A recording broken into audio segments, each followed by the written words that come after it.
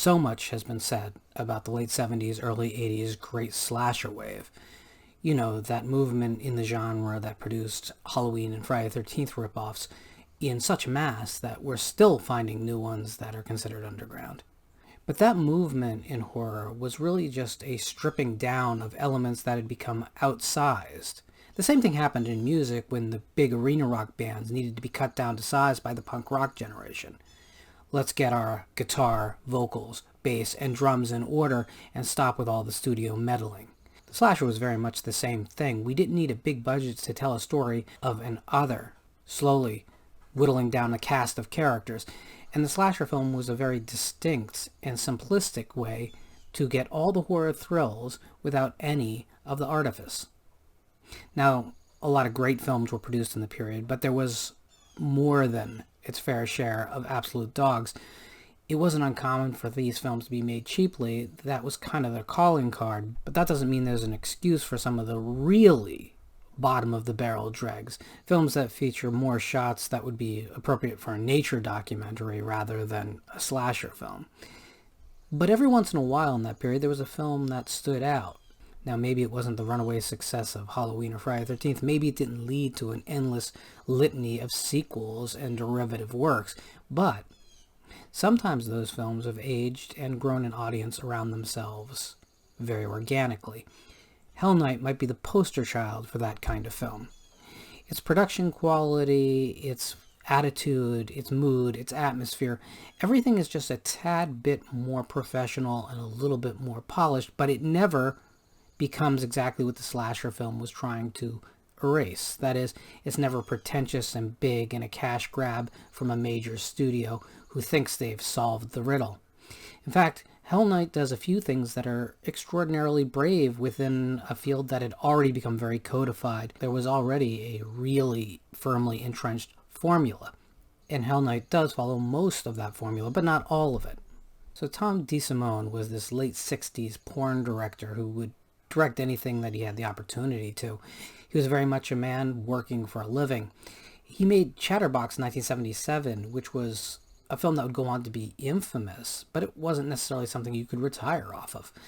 He later on, after Hell Night, directed Savage Streets and Angel Part 3 and episodes of both Freddy's Nightmares and that 1990s Swamp Thing show that we all try and forget. Simone came to horror as a natural extension. A lot of the 70s adult films had very dark subject matter outside the sex.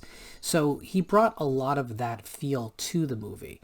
And if you look at his horror films or his dark action films, you can definitely see those exploitation roots. But this was also a production that had Chuck Russell as an executive producer. Now, Chuck Russell would go on to make Nightmare on Elm Street Part 3 and the Blob remake, but he was also a guy who worked consistently on television. He's made films abroad. He is just a really well-versed storyteller. And Frank Darabont, the director of Shawshank Redemption, The Green Mile, and The Mist, was a production assistant on the film. So you really can't underestimate how much talent was in this film. It doesn't get talked about, but this film was kind of a breeding ground for the next 30 years of cinema. But at the time, it was best noted as being the film starring Linda Blair. Now, Linda Blair was, of course, known for The Exorcist, but unfortunately, she was still trying to recover her career post-Exorcist 2. I mean, Roller Boogie really didn't do much to recover. She'd already been dragged through the mud in the tabloids, and she was definitely in a weird place in her career. She could still work, but she couldn't work at the level that she really wanted to. All these personalities coming together for a single project was bound to create something interesting. But the slasher formula resists that because, of course, it is a formula. But yet, here's the unique film that managed to cobble together a bunch of really creative people with a really energetic independent movie streak and produce something that could stand alongside the big studio efforts.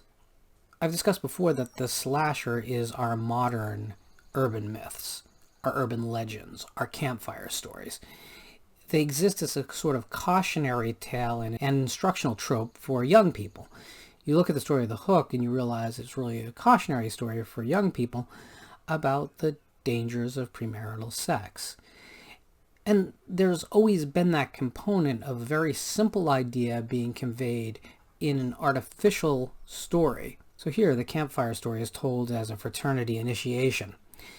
And adding a level of hazing to the normal campfire scene, like we saw it in Friday the 13th Part 2, we saw it in The Burning. Here, there's an additional level of anxiety because of the hazing aspect. This is a social horror story. Linda Blair's Marty is a kid from a poorer community in a poorer household who's surrounded by these rich kids. All these entitled kids who've always gotten everything they want their entire lives. She's really desperate to fit in with her peers and start a life that's not defined by what she grew up as, but rather what she can bring to the table and who she is as a person. This initiation is important to her, even though she's sheepish about it, because she needs to fit into a society that's angling to reject her. Because of these themes, Marty actually shares a fair bit in common with the other final girl from a movie with hell in the title. So the initiation is really asking for Marty and her friends to overcome more than just a ghost story at Garth Manor.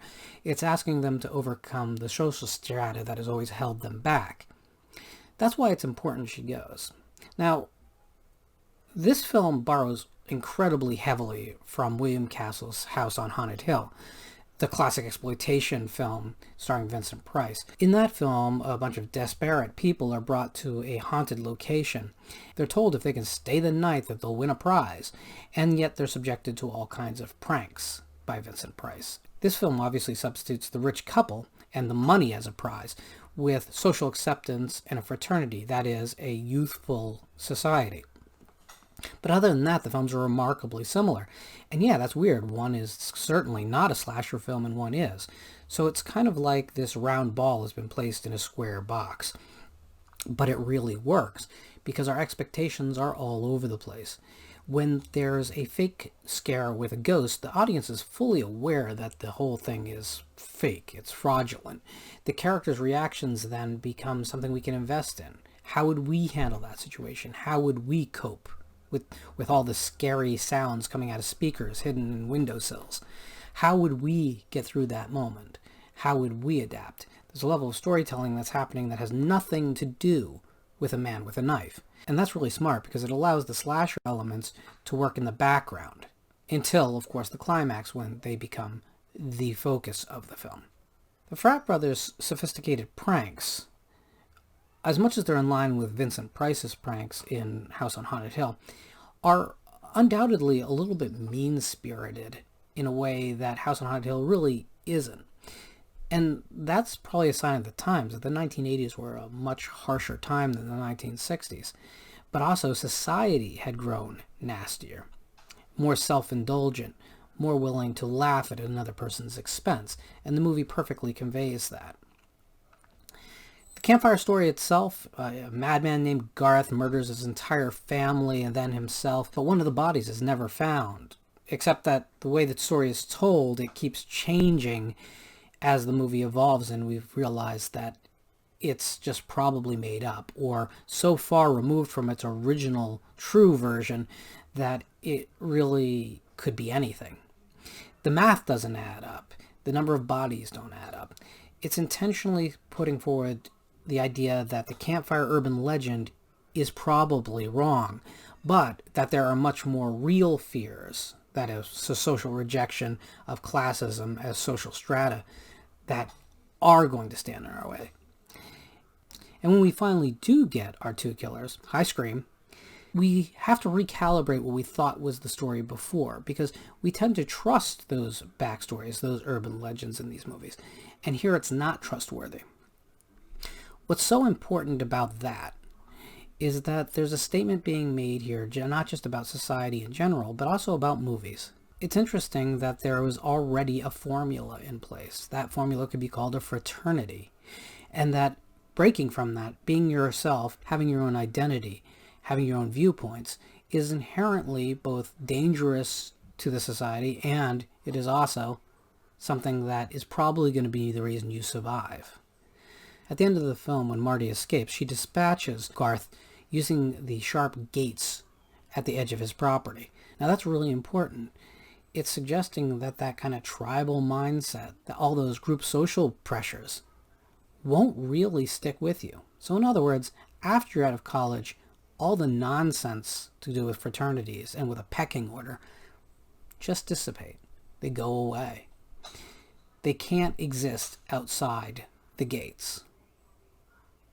Hell Night is a fascinating film that tries to do far more than most slasher films and deserves a much higher reputation and much more visibility than it currently has. It's not obscure by any point, but most people don't mention it in their top 5 slashers of the era, and I think more people probably should.